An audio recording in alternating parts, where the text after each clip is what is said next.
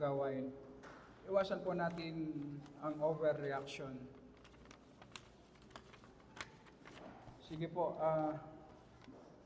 nasa chapter 6 na po tayo ng ating maikling serye sa Roma para sa ating short exhortation upang may handa po ang ating mga puso sa pagsamba sa Panginoon. Sige po, basahin po natin Roma chapter 6, 1 to 5. Basahin po natin verse 1. Ano nga ang ating sasabihin? Magpapatuloy ba tayo sa pagkakasala upang ang biyaya ay sumagana? Huwag nawang mangyari. Tayong mga namatay na sa pagkakasala, papaano nga tayong mabubuhay pa roon? O hindi ba ninyo nalalaman na tayong lahat na mga nabautismohan kay Kristo Jesus ay mga nabautismohan tungo sa kanyang kamatayan? Kaya tayo ay inilibing na kasama niya sa pamamagitan ng bautismo tungo sa kamatayan. Na kung papaanong si Kristo ay muling nabuhay mula sa mga patay sa pamamagitan ng kaluwalhatian ng Ama, gayon din naman tayo'y makakalakad sa panibagong buhay. Sapagkat kung tayo'y naging kasama niya na katulad ng kanyang kamatayan, ay magkakagayon din naman tayo na kanyang muling pagkabuhay. Sa pagpapatuloy ni Apostol Pablo sa chapter 6 ng Roma, meron siyang ina-anticipate na possible question ng mga Hudyo na nakikinig sa kanya. Pagkatapos niyang sabihin sa Roma chapter 5, sa bandang huli na ating napag-aralan, na kung papaanong sumagana ang kasalanan, ay sumagana din naman ang biyaya ng Panginoon. Ano man ang epekto ng pagkakasala ng unang Adan, ang lahat ng ito ay kinover ng biyaya ng Panginoon at higit pa ang ibinigay sa atin. Ang possible na maging question ng mga taong nakikinig kay Apostol Pablo ay kung ganito pala na ang kaligtasan ay libre, biyaya ng Diyos, na anuman ang ginawa nating kasalanan ay kayang takpan ng biyaya ng Panginoon, ang gagawin natin, magpapatuloy na lang tayo sa paggawa ng kasalanan upang mag-increase ang biyaya ng Panginoon. So ito po ang ina-address na possible question ni Apostol Pablo, at sa kanyang pagtugon ay tinuruan tayo patungkol sa ating buhay pananampalataya kung papaano dapat natin makita ang ating buhay bilang mga Kristiyano. Ang sagot niya sa verse 2, huwag nawang mangyari. Tayong mga namatay na sa pagkakasala, papaano nga tayong mabubuhay pa roon? Si John Stott ang nagsabi na kapag ipinapahayag natin ang mabuting balita, kamukha ni Apostol Pablo, na ito ay libreng kaloob ng Diyos at walang contribution kahit kaunti ang tao. Libreng ibinibigay ng Panginoon ang kaligtasang ito sa mga taong mananampalataya sa ating Panginoong Hesus. Ang normal na tugon ng mga tao ay kung libre ang kaligtasan, ang ibig sabihin, pwede tayong magpatuloy sa ating mga kasalanan. At sabi ni John Stott, ito ang normal na expect natin kapag pinipreach natin ng tama ang mabuting balita. Magkakaroon ng kaisipan ang mga tao na dahil libre ang kaligtasan, ay hindi na importante na sundin ang mga kautusan ng Diyos. At ang sabi niya, papaano tayo magpapatuloy sa buhay ng kasalanan kung tayo ay patay na sa kasalanan? So ang tinutugon dito ni Apostol Pablo, ang ina-address niya ay ang buhay na nagpapatuloy sa kasalanan. Hindi po niya ina-address dito yung na sinasabi sa atin na dapat ang isang Kristiyano ay hindi na nagkakasala. Dapat ang isang Kristiyano wala nang attraction sa kanya ang kasalanan. Hindi po. Dahil sa remaining sin na nasa atin, tayo po ay magkakasala. At merong palaging temptation sa atin na magkasala. Ang ina-address dito ay ang kaisipan na ang isang Kristiyano pwede siyang magpatuloy sa buhay ng kasalanan. At ang sabi nga, patay na tayo sa kasalanan.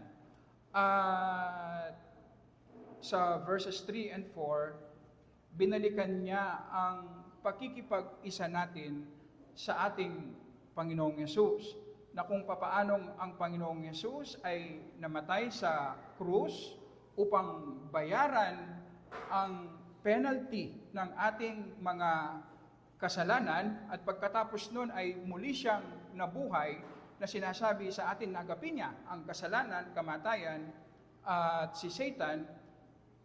Ang sabi ni Apostol Pablo, tayong mga Kristiyano na sa pamamagitan ng Holy Spirit ay nakipag-isa sa ating Panginoong Yesus, sa kanyang kamatayan at muling pagkabuhay, na ito ang pinipicture ng baptism, water baptism. Sinasabi sa atin na tayo ay patay na sa kasalanan. Ang ibig sabihin po ay wala nang power sa atin ang sin. Ang ibig sabihin po, hindi na tayo slave ng kasalanan. Hindi na natin master ang kasalanan. Bago tayo manampalataya kay Jesus, wala tayong choice kundi sumunod sa dikta ng kasalanan. Hindi natin alam na nagkakasala tayo at na-enjoy natin ang kasalanan. Ngayon na mananampalataya na tayo, sinasabi ni Apostol Pablo, meron na tayong choice ngayon na hindi sundin ang dikta ng kasalanan. Dahil nga bayad na ang penalty ng ating kasalanan. Ang ibig sabihin, mula sa pagkaalipin natin sa kasalanan, nilipat tayo ng Diyos sa pagkaalipin natin ngayon sa katuwiran sa ating Panginoong Yesus. At ito ang sinasabi ng resurrection ng ating Panginoong Yesus. Kung papaanong nakipag-isa tayo sa kamatayan ni Yesus sa krus, ganun din naman sa kanyang resurrection ay nakipag-isa din naman tayo sa kanya. Ang ibig sabihin po, meron tayong power ngayon na mahalin at sundin ang kalooban ng Diyos. At sinasabi sa atin, una, ang manifestation nito sa isang tunay na mananampalataya, sinasabi sa atin, merong tinatawag na definitive sanctification. Na kapag ang isang professing Christian, the moment na siya ay tunay na nanampalataya kay Jesus para sa kanyang kaligtasan, ang unang at mabilis na manifestation ng katotohanan ito sa kanya ay merong paghihiwalay sa kasalanan. Halimbawa, si Zaccheo na isang tax collector, nung siya ay nanampalataya kay Jesus, siya ay nagsisi ng kasalanan, iniwan niya ang pagnanakaw. Iniwan niya ang kanyang trabaho bilang tax collector. Actually, ibinalik niya ang lahat ng kanyang ninakaw at higit pa ang kanyang ibinigay. So, yung point of conversion, meron ng paghiwalay sa kasalanan.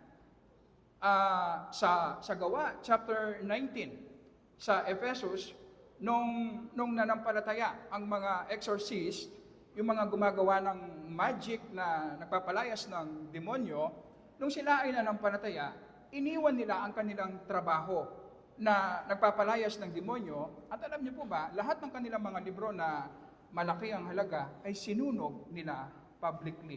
Ang ibig sabihin, tumalikod sila sa kanilang kasalanan. At iyon ay nangyari sa point of conversion.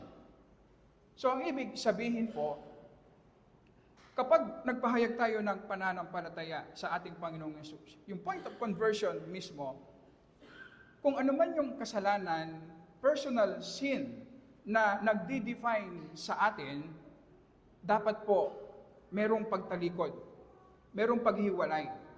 Kung dati kang magnanakaw at nagpahayag ka ng pananampalataya, ang mabilis na epekto ng iyong pananampalataya ay hindi ka na magnanakaw. Hindi po pwede na dati kang magnanakaw, nagpahayag ka ng pananampalataya, at magnanakaw ka pa rin. Hindi po pwede yon. Hindi pwede. Merong dapat paghiwalay sa ating personal na kasalanan. So ito po ang isang evidence na dapat nating tignan sa ating sarili. Kung nagpapahayag tayo ng pananampalataya, kung ano yung sin na nagde-define sa atin, dapat merong pagsisisi, merong pagtalikod sa kasalanan. Hindi pwedeng dati tayong ganito, gumagawa ng kasalanan, nagpahayag ng pananampalataya, at gumagawa pa rin tayo ng kasalanan. So hindi po tayo nagre-require ng perfection. Ang hinihingi natin ay merong breakaway pagdating sa ating personal na kasalanan. So ito ang ating tinitignan na evidence kung tunay ba ang isang pananampalataya. Kung dati kang babaero, nagpahayag ka ng pananampalataya, at babaero ka pa rin, ang ibig sabihin hindi tunay ang iyong pananampalataya. Kailangan merong pagbabago.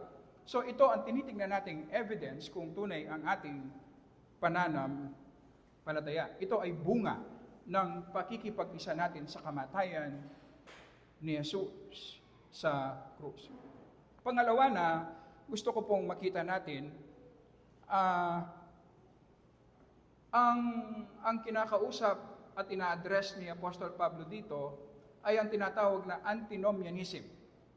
Ang kaisipan na pwede nating gamitin ang biyaya ng Diyos para hindi tayo sumunod sa mga kautusan niya. Ang pag-disregard sa mga kautusan ng Diyos. Kaya ang sabi ni Apostol Pablo, hindi pwede na nagpahayag ka ng pananampalataya, nagipag-isa ka sa kamatayan ni Jesus sa krus, pero nagpapatuloy ka sa kasalanan. Hindi pwede. Alam niyo po ba, hindi lamang ang mga false teachers o mga unbelievers ang merong ganitong klaseng kaisipan. Posible rin na tayong mga mananampalataya ay meron ding ganitong kaisipan, do hindi ganito ka-obvious. Kapag tayong mga Kristiyano na tinitreat natin lightly ang mga kautusan ng Diyos, na para bang okay lang ang magkasala kasi papatawarin naman ako ng Diyos. Okay lang na hindi sumunod sa kalooban ng Diyos kasi hindi naman mawawala ang aking kaligtasan. Ang ibig sabihin po, kapag tinitreat natin ng lightly ang mga kautusan ng Diyos, ang ibig sabihin, nakakalimutan natin na patay na tayo sa kasalanan. Ang ibig sabihin po, hindi tayo magiging perfect.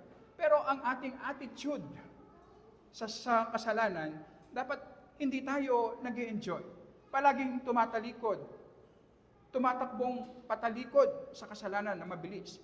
Hindi natin tinitreat lightly ang sin.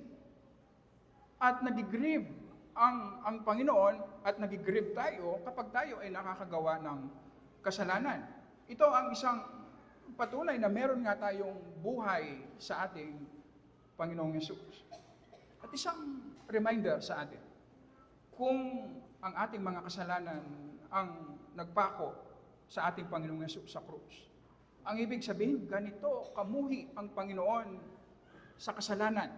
Kahit na yung mga respectable sins natin, ang galit, ang inggit, ang kawalan ng pag-ibig, kapag tinitignan ng Diyos yan, namumuhi siya na ang tanging paraan para tanggapin tayo ay kung babayaran ng Panginoong Yesus ng kanyang kamatayan sa krus ang lahat ng ating mga kasalanan. Ganito tinitignan ng Diyos ang ating mga kasalanan. At dapat ganun din natin tinitingnan na namumuhi tayo gaano man kaliit ang kasalanan sa ating mga buhay. Sa ganitong paraan, kung namumuhi tayo kahit sa mga maliit na kasalanan, hindi tayo magpapatuloy nga sa paggawa ng kasalanan. Hindi tayo magiging perpekto, pero hindi tayo magpapatuloy sa ating mga kasalanan. Palagi tayong tumatalikod, nagre-repent, at bumabalik muli sa ating Panginoong Yesus. Panghuli na makikita natin dito, kung tayo ay nakipag-isa sa kamatayan ng ating Panginoong Yesus, ang ibig sabihin, hindi na tayo slave ng kasalanan. Ang sabi ni Apostol Pablo, sigurado rin na nakipag-isa tayo sa muling pagkabuhay, resurrection ng ating Panginoong Yesus. Ang ibig sabihin, meron tayong bagong buhay ngayon. Meron tayong kapangyarihan na sundin ang kalooban ng Diyos. Merong part sa atin na dinidesire natin ang Panginoon, dinidesire natin na sundin ang kalooban ng Panginoon, at meron tayong power na gawin ito. Merong isang commentator na nagsabi, sa ating mga Kristiyano ngayon, ang binibigyan natin ng emphasis ay ang ating mga failures, ang ating mga struggles, ang ating mga kasalanan. Tama, tayong mga Kristiyano nagkakasala. Hindi tayo magiging perfect sa mundong ito. Nagpi-fail tayo, tama. Nag-i-struggle tayo sa pagsunod, ang ibig sabihin, nahirapan tayo. Tama rin po yun. Pero wag natin kakalimutan, meron tayong bagong buhay. Ang ibig sabihin, sa ating mga struggles, malinaw din dapat makikita ang victory sa mga kasalanan. Malinaw din dapat nakikita na ang mga kasalanan na nilalabanan natin, doon nahihirapan tayo, nag-i-struggle tayo, pero malinaw din makikita sa buhay natin na na-overcome natin ang mga kasalanan ito. Na nagtatagumpay tayo laban sa ating mga kasalanan. So, kung titignan mo ang buhay natin, nag-i-struggle tayo, nag-fail tayo, nagkakasala tayo, pero dahil meron tayong buhay, nagpo-progress tayo sa ating buhay pananampalataya. Kung obvious ang ating struggle, at tama naman, dapat obvious din ang ating victory laban sa kasalanan. Dahil nga, nakipag-isa rin tayo sa resurrection, sa victory ng ating Panginoong Yesus laban sa kasalanan. At dapat magmamanifest ito sa ating mga buhay. At isang encouragement ito sa atin. Kung tayong mga Kristiyano na nagsisikap na sundin ang kalooban ng Panginoon, pero dahil sa remaining sin, merong struggle. Mahirap, hindi madali. Kapag alam natin na nakipag-isa rin tayo sa resurrection ng ating Panginoong Yesus, kapag alam natin na meron tayong bagong buhay, meron tayong power na i-overcome ang mga ito, magkakaroon tayo ng confidence na harapin ang ating mga kasalanan at labanan, i-mortify at i-overcome ang mga ito. Hindi tayo basta-basta bibigay. Yun po ang gusto kong makita natin. Kapag hindi natin alam ang katotohanan ito, kapag dumating ang temptation, naramdaman natin ang bigat, agad-agad bibigay tayo. Agad-agad gagawa tayo ng kasalanan. Pero kapag alam natin meron tayong bagong buhay, kaya nating harapin ito, mapagtagumpayan ito, magsisikap tayo na labanan ang kasalanan hanggang sa dulo, hanggang sa ma-overcome natin. At magiging obvious ang progress at tagumpay natin laban sa kasalanan, habang nagiging obvious din naman ang ating struggle sa pakikipaglaban sa kasalanan. At ito ay dahil sa kamatayan at muling pagkabuhay ng ating Panginoong Yesus. Tayo po ay mag-pray. Nagpapasalamat po kami, Panginoon, na ang hinihingi mong pagsunod sa amin, ang hinihingi mong obedience sa amin, Panginoon,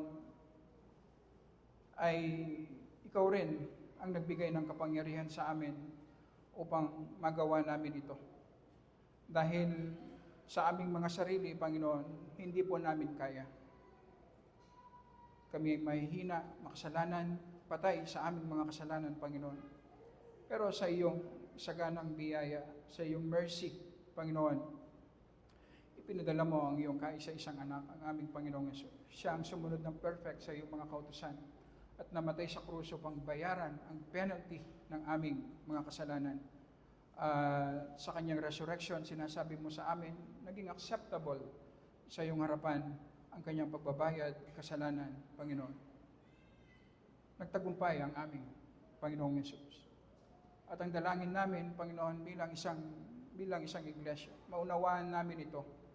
At ito ang magbigay ng kalakasan sa amin, ng desire sa amin, na magpatuloy kaming makipaglaban sa aming mga kasalanan. Na sinasabi mo sa amin, sa tulong ng iyong Holy Spirit, sa victory ng aming Panginoong Yesus sa krus, sinasabi mo sa amin, meron kaming power na i-overcome ang aming mga kasalanan. Ipaunawa mo po ito sa amin, Panginoon. At palaging tumingin sa krus ng aming Panginoong Yesus, na ang aming pagtitiwala, ang aming kalakasan ay nagmumula sa iyo, Panginoon, at hindi sa aming sarili. Kaya naman, kapag mahina kami, ay doon namin nararanasan ang tunay na kalakasan. Kapag nag-feel kami, doon namin nararanasan ang tunay na victory sa aming mga kasalanan, Panginoon. Tulungan mo po kaming makita sa aming mga buhay ang iyong kapangyarihan, na kaming mga patay sa kasalanan, niligtas mo, at ngayon ay umiibig at nagmamahal, sumusunod sa iyong kalooban. I-glorify mo po, Panginoon, ang iyong pangalan sa iglesyang ito at sa buhay ng bawat isa sa amin. At tulungan mo po kami na mamuhi sa aming mga kasalanan, na hindi kami makipaglaro sa kasalanan, Panginoon. Dahil ang kasalanan na ito, Panginoon, ang siyang nagpako, pumatay sa krus, sa aming Panginoong Yesus sa krus, upang kami na mga makasalanan, Panginoon, ay bigyan mo ng buhay na walang hanggan. Tulungan mo po kami na mamuhi at palaging i-mortify ang kasalanan, Panginoon, sa aming mga buhay, gaano man kaliit. Dahil alam po namin na ikaw ang Diyos na banal, at na-offend ka, Panginoon, sa lahat ng kasalanan, gaano man kaliit, Panginoon. Tulungan mo po kami sa aming pagsamba, Panginoon, na magpasalamat, magpuri sa victory ng aming Panginoong Yesus sa krus. Sa aming pag-awit, Panginoon, sa aming pagbabasa ng iyong mga salita, sa aming pakikinig ng iyong mga salita, sa aming pag-aaral ng iyong mga salita. Panginoon, gaano man kabigat ang mga pinagdadaanan namin sa buhay,